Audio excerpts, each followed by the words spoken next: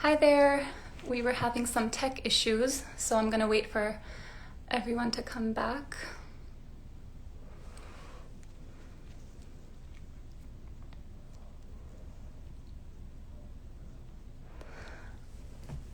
Gotta love tech issues. Thank you all. I'm gonna wait for people to trickle back in. That was so weird. Instagram just crashed.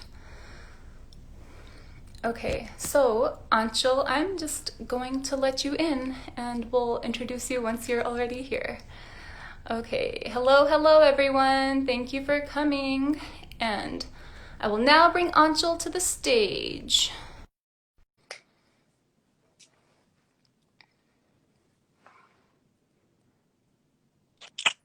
Hi! Hi, everyone. How's it going, Aanchal? Good. Excited to be here and share this space with you all. Yes, thank you for being here. I'm so sorry, my Instagram just crashed. No worries. It happens. It's technology. Yeah, it was so weird. So, anyways, we're here now, and I don't think anything should happen. I don't know why that happened.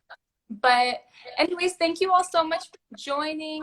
Hello, Mariella, Jess, Yasmin, Courtney. Um, so, this is one of our Minority Mental Health Month Instagram Live, and today we have my friend Aanchal Chugh here, who is in her third year of law school and is involved in the gender and racial justice space, among many other cool things that she does. And she shared when we were that if anybody wants to reach out to her, even after this, or talk about anything, she's here to support. So welcome, Aanchal.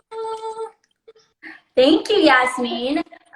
First and foremost, a huge shout out to Yasmin and everyone at NAMI. Y'all are doing important, amazing, and powerful work, and I am so grateful to share a small part in that. So thank you. And a little bit of a disclaimer to everybody here. Yasmin and I, we love talking to each other. We love talking all day, but we don't want to be talking to you or at you. We would really be like to be talking with you. So please engage in this conversation. Use the chat box. If anything we say makes you feel uncomfortable, if you feel validated, if you don't feel validated, let us know. That's what we're here for. That's what expressing is all about. A little bit of background on myself. Like Yasmin already said, I am a law student. My background, as a disclaimer, is not in mental health. I am not trained or educated in this space like maybe many of you all are. So please take that into consideration when thinking about what I do and don't bring to the table. But what I will say is my background is more in gender and racial injustice, and there are very inextricable links of that type of work to mental health, not just in the ways that folks who are marginalized in those spaces experience mental health, but also from a perpetrator standpoint when thinking about domestic violence, when thinking about intimate partner violence, and all of the ways that perpetrators and abusers and folks on that side of the table experience and deal with mental health. So with that said, I am really excited to start this conversation, and I'm going to let Yasmin take over. Yeah, no, I totally agree with Aanchal. Please send in your comments and questions. We'll just go with the flow and really want this to be like a community building event. So yeah, okay. So can you share a little bit about just a little bit about yourself and also like why are you here? Yeah. So, I mean, my first question when Yasmin asked me to be on this, it was, well, why me? I'm not trained in this space. I am not educated. I don't know anything about it. And she said, well, Anshul, that's kind of why I want you to be on here, because this conversation is not limited to folks who do this work. And that's part of why it's such a problem, is that not enough of us are talking about it. So I'm here to really break that barrier, to break my own silence and my own comfort zone and talk about this issue in a way that I haven't really done so before. And I'm really excited to navigate what that looks like and feels like with all of you. Additionally, background on myself, I come from a background where both of my parents are immigrants from India and their parents were from Pakistan. We can have a whole conversation about borders and nations and what that means at a later time. But I am first gen, and part of why I'm here is to really talk about some of the silence that I've witnessed in my own community in regards to this topic, as well as intergenerational trauma, what that means, what that looks like, and the part that we all play in breaking that. Wow, that's a lot. A lot. So do you want to just dive into a little bit of your own experience and just take it away with the intergenerational trauma? Yeah, sure.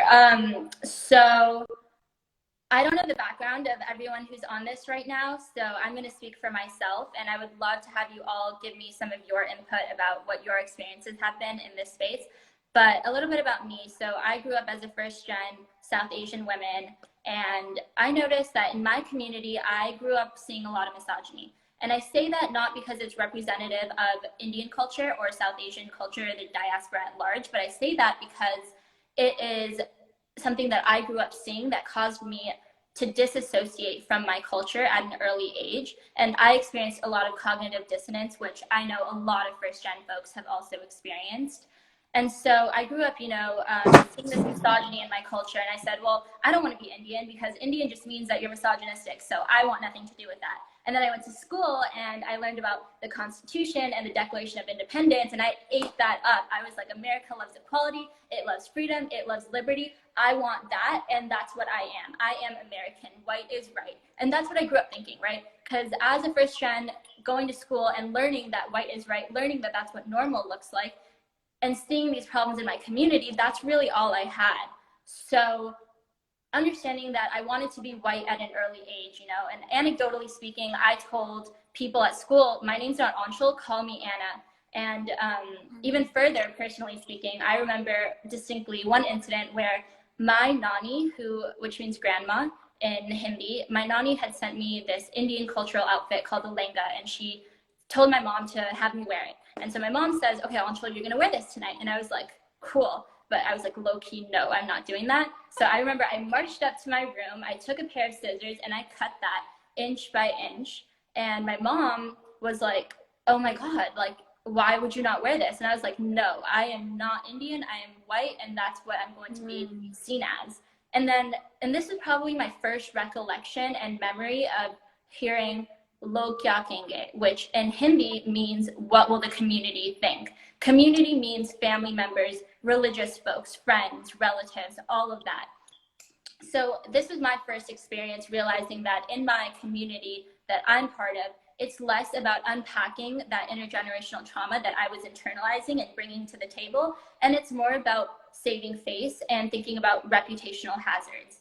So that was my first instance of intergenerational trauma, and I am still to this day unlearning it, and that's part of why I'm here.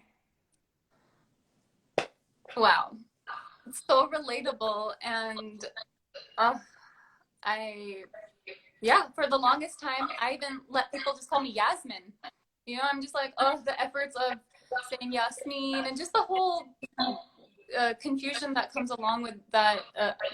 For me, Pakistani identity, it can be difficult to navigate. So thank you for sharing that. And can you talk a little bit more about the log kya kenge, what will people think? Because I think that's very relatable to not just our South Asian cultures, but a lot of others. And how does that lead to mental health challenges in our community? Yeah, I mean, so one of the things that I kind of want to go back to is this idea of intergenerational trauma, right? And thinking about how our parents, or at least my parents, I can't speak for all of you, and my community members, they came and they immigrated to the United States, and that comes with a lot of baggage and a lot of questions about survival that I personally did not have to experience. So in their mind, it wasn't about unpacking this trauma, it was about surviving and setting me and my family up. So now that I'm thinking about it, I personally feel that the onus is on me and on all of us who might be in similar situations as me to really push our community forward, to unlearn that trauma, to break those barriers of silence, and to have these uncomfortable conversations, because if we don't, who will? And log kya kenge, right? So what will people think? I mean, let's change that. Let's change what people think about mental health. And instead of asking what will they think, let's show them what we think. What do you think about mental health? What do I think? And how do we experience that? Let's talk about that, and let's really take that burden on ourselves, because we do have privilege. And again, by we, I mean we as like first gen. We do have privilege as compared to our community and the people who immigrated here with different concerns that we have. Yeah, definitely. I even in our conversation earlier, we were talking about how in our Desi South Asian cultures, a lot of times there's a lot of gossip and talking about, oh, did you hear what happened with that person? Like they're going through a divorce or they lost their job and all of that, and how invalidating it could be to know that you're being talked about with people who don't even really know you. So what do you think we can do? Like, what do we do about that? Yeah, that's a great question. Yeah. And I don't have all the answers, but from my limited understanding, I would say that I think we should be easy and gentle on the folks who came before us, because even having a conversation like this, using words like intergenerational trauma, what does that mean? You know, my community members, they don't know what that means, and they didn't have the education, the resources, and most importantly, the language to name what they were experiencing. So now that we do have that language, let's make it accessible. But while making it accessible, let's also make sure that we're being gentle on the folks who come from less privileged backgrounds than us. So yes, there are issues in our community relating to gossip, like you mentioned, or so forth, but let's understand that they came from a very different place, and let's be gentle, and we're going to push it forward, but we're going to also validate what they've experienced on the way. Love that. I completely agree. Compassion is the best teacher, because when someone's like pointing their finger, at least for me, I know that I'm just like more turned off. It's like, I don't want to listen to you. So but sometimes it's hard being the bigger person, right? Like yeah. And also I really quickly want to say I'm very bad at keeping up with these chats, but I know some of y'all are posting, and I want to just put it out there that if any of y'all have experienced anything of what I said or what Yasmin has said, or if you've had an alternate experience, we want to hear about it. So keep posting, and we will get to it when we get to it. Yeah, no, but I think it can, especially we talk about our experience as a woman, and it can feel a lot like to be forgiving and be the bigger person. And can you talk a little bit about the concept of emotional labor? Because I think that's really relevant to just conversation about mental health. Yes. Yes, times 100.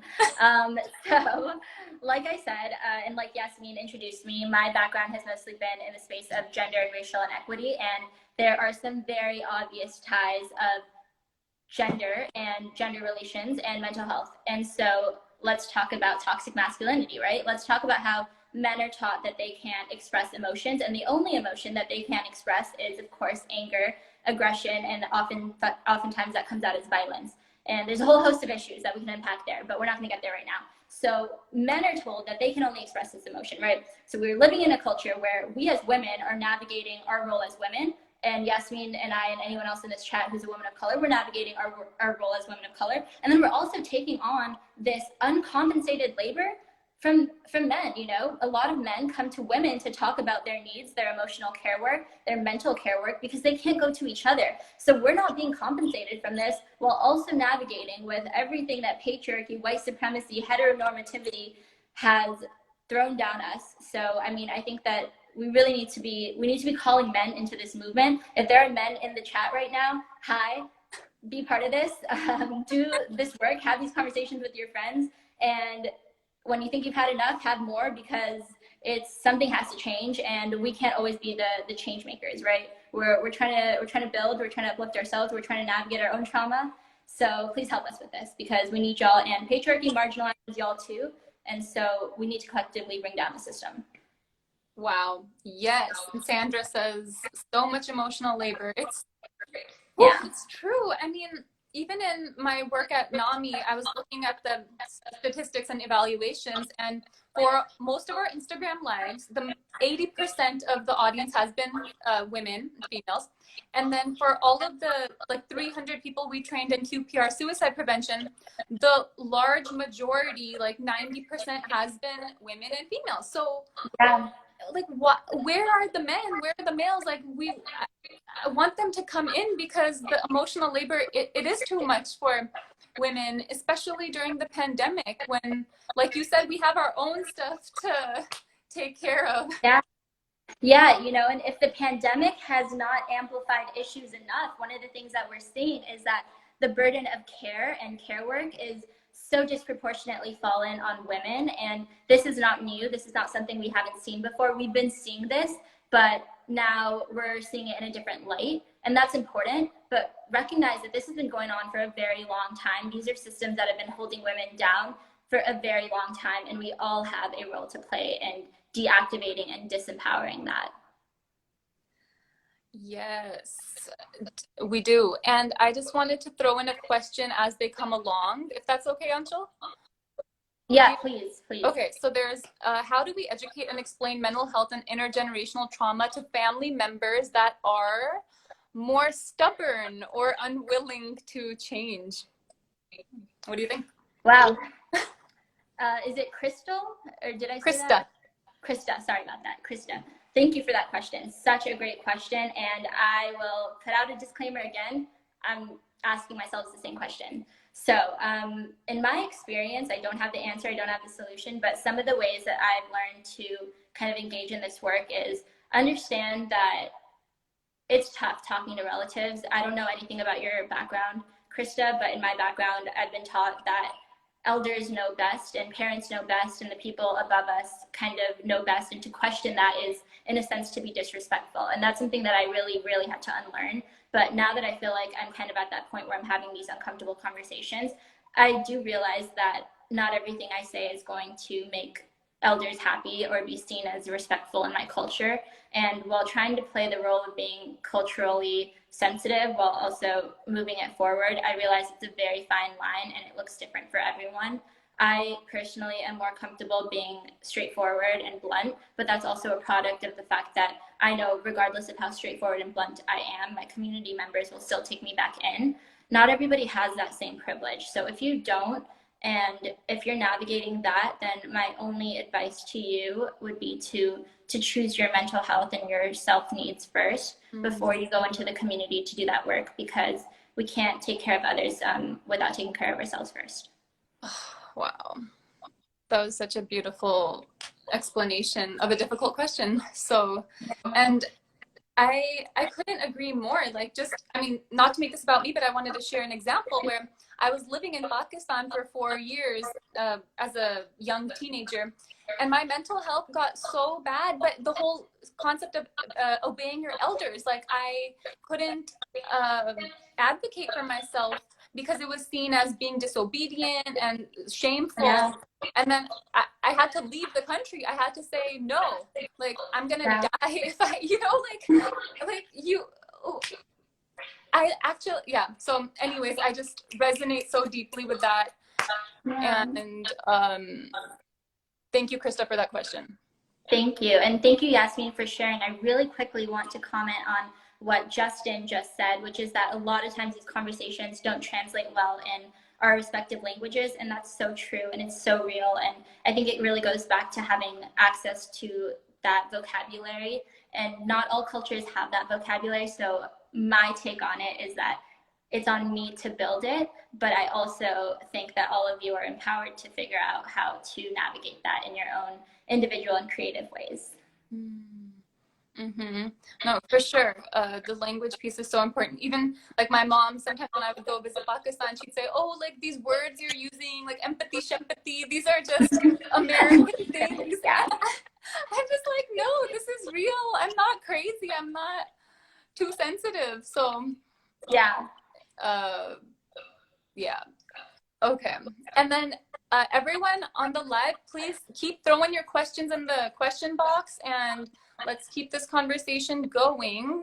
But Aanchal, did you want to talk a little bit about activists and how they can maintain their own mental health? Yeah. That's something that's been a very ongoing and recurring conversation, and we're seeing a lot more people joining and being introduced to the activism space recently. Of course, activism work has been going on for a very long time, but a lot of folks are new to the movement, and if that is any of you in this chat, then welcome. we need you all. But also, I think that when you are new to the movement and when you are thinking about your role, think about how you ask questions and what kind of labor you're asking from the activists who have been doing this work for a long time. Are you asking them for things that you might be able to learn on your own? Are you asking them to break down concepts that maybe you should be taking the time or the investment to learn using the platform and privilege that you have?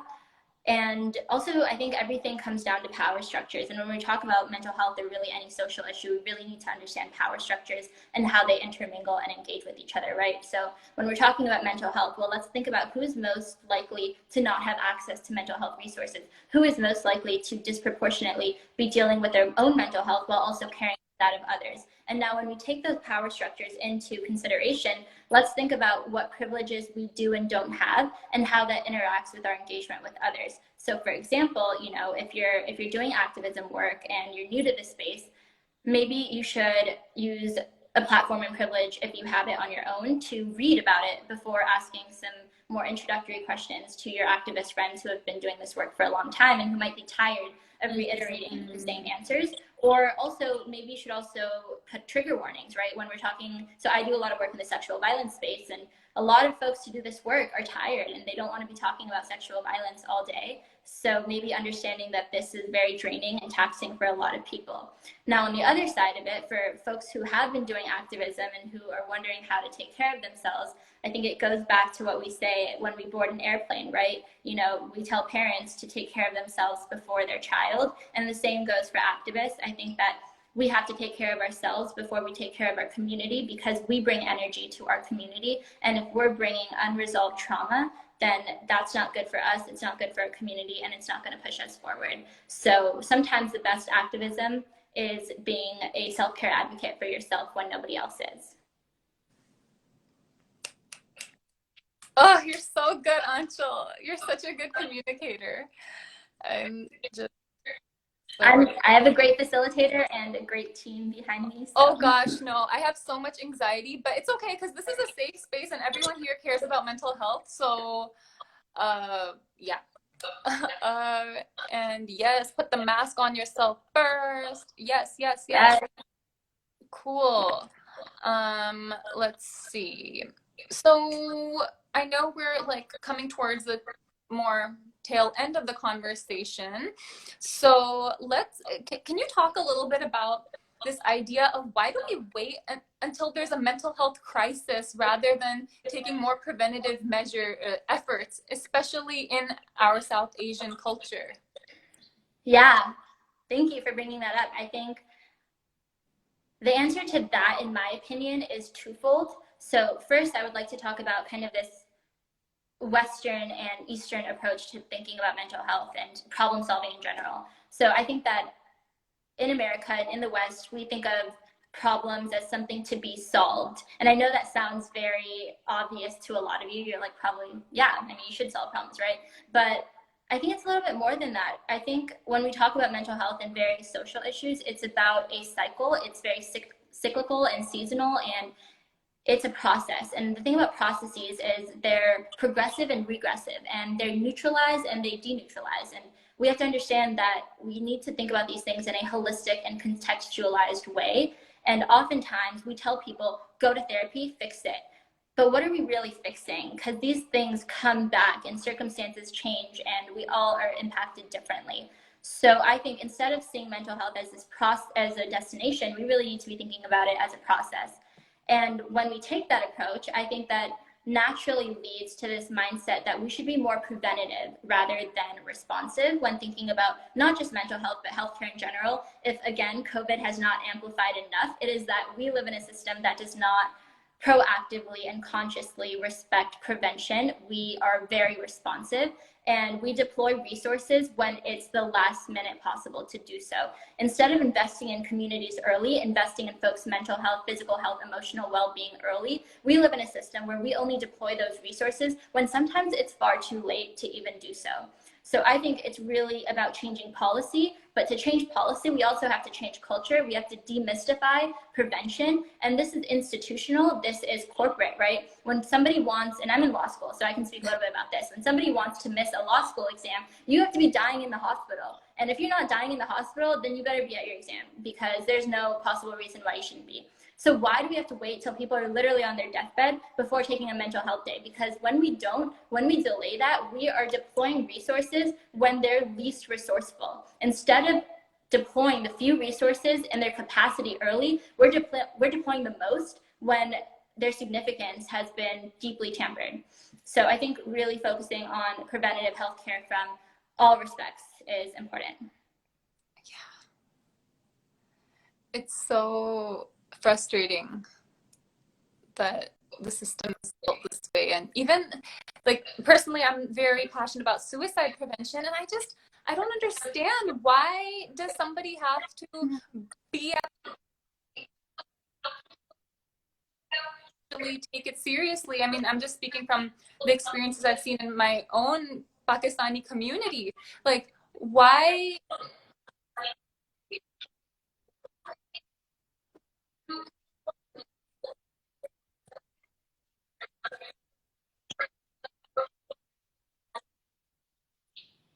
Yeah.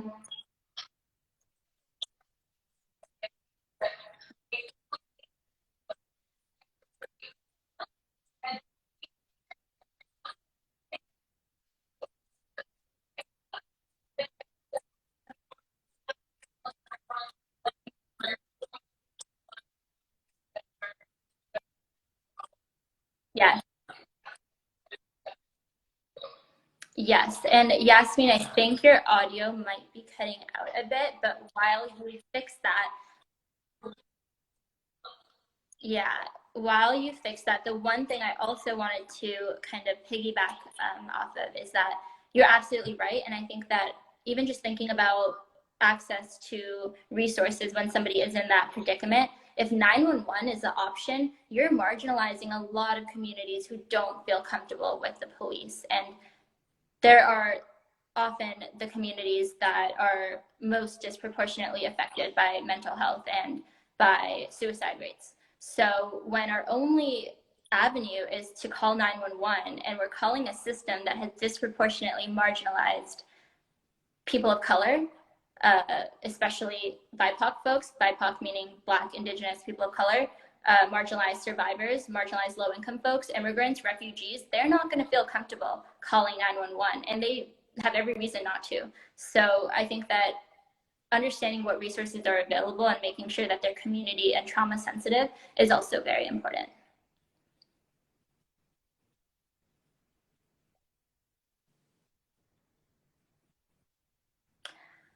How's your audio doing? I think you're fine on my end, but I don't know how folks. I can hear you. I don't know how other folks feel.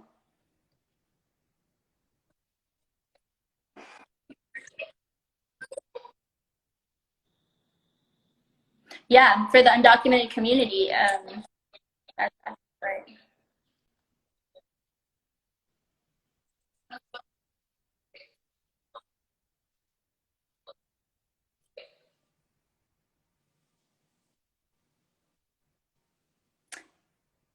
Yeah, Yasmin, I think it's cutting in and out, but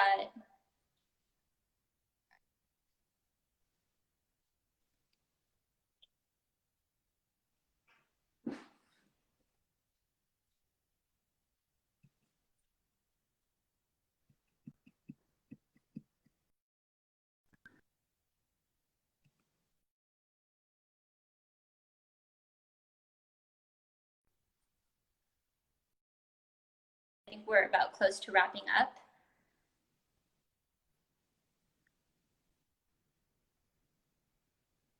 Okay, so anyways, y'all, I will wrap up in the meantime, but I would really like to say thank you for everyone who came out today. Thank you so much for being part of this conversation, engaging with us, listening to us, and I would really like to take any questions, comments, thoughts, and I know we have one now. How has mental health been addressed at law school? That's a great question. Rigorous school can put a toll on someone. How has my experience been? Yeah, this is a great question. I think that law school institutions are terrible at handling mental health, if you can even say that they have been talking about mental health. I think that law schools see mental health as a checkbox to complete. So, you know, they want to see it as something where they say that, oh, well, we provide, you know, yoga at the gym, so that's your mental health resource for the day. Or we're bringing in dogs to pet, so of course anything that you could possibly be feeling should be cured by these dogs that we're bringing in to pet. But I mean, when we're thinking about mental health, we're also talking about all of the ways that people experience it, and a lot of that is finances, it's tuition reductions, it's the way that institutions are overcharging students, it's the way that they're providing mental health resources at a very high cost to law students who are already in debt. So I think that, in short, they are not handling mental health, and we are, as students, advocating for them to do so. But this again goes back to the conversation of people who are disproportionately marginalized taking on that work while already navigating it. And that's tough on our mental health as it is. So thank you for that question. And if anybody has more questions relating to not just mental health in law school, but just law school in general, happy to take them here or offline.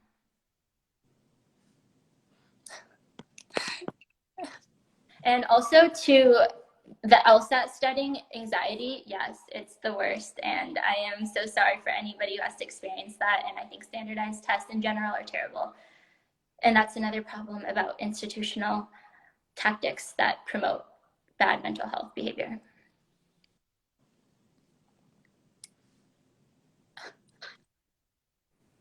Yasmin, I think you're back on. I don't know if you're back on for other folks.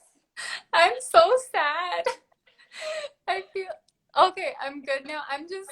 I have so much anxiety about Wi-Fi, but okay, Yasmin, you're good now. Okay, before it goes bad, I just want to say, Aanchal, thank you so much for being so empowering and sharing all of this with us. I still need to process it, and thank you all for joining. This will be recorded or saved on our Instagram live, and I just love the energy from all of the comments coming. And Aanchal, is there any last thing that you'd like to leave us with? Ooh, last thing. It's a lot of pressure. I would say that, so this framework on Instagram is very difficult to make it a dialogue as much as we wanted it to be. And I would love to include you all videos in this conversation, but because it's not set up that way, please continue giving your thoughts here, and also reach out to me or Yasmin. We are very, very happy to engage with you, and we're very excited to hear how you feel after this.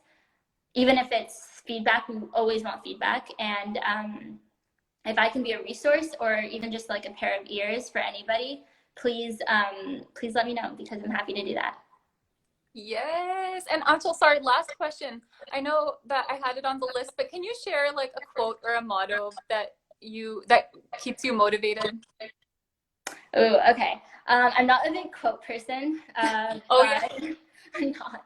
But if I was to say something that I'm currently working on right now, it's probably the most simple thing that I can think of and share, which is practicing saying no. It's something that I personally have struggled with a lot. And by saying that I'm starting to practice it now, I mean, like, I literally just started this week. But I think being a woman and also being South Asian, you know, I come from a culture of hospitality where it's like you're always supposed to be bringing people in, engaging them, hosting them, caring for them. And of course, that goes with being a woman as well. So I'm really trying to practice saying no and setting up my own boundaries and being very protective and vigilant about shielding my mental health. And I hope that we can all support each other in doing the same. Yes, no is a complete sentence. We don't need to explain ourselves and justify. I love that. Thank you so much. So empowering. May you continue to say no. May you continue to spread light in our communities, and just you're amazing, and I love you. And likewise. And same to all of you. And thank you so much for all of the love and positive energy that you all are exhibiting right now. I feel it, and I'm taking it with me, and I send it all back to you all. Oh, yes. Alrighty, everyone. Sending love and light your way, and let's stay connected. Thank you, Aanchal. Thank you, everyone. Thank you. Thank you, NAMI. Thank you, Yasmin. Thank you all. Bye, y'all. Bye.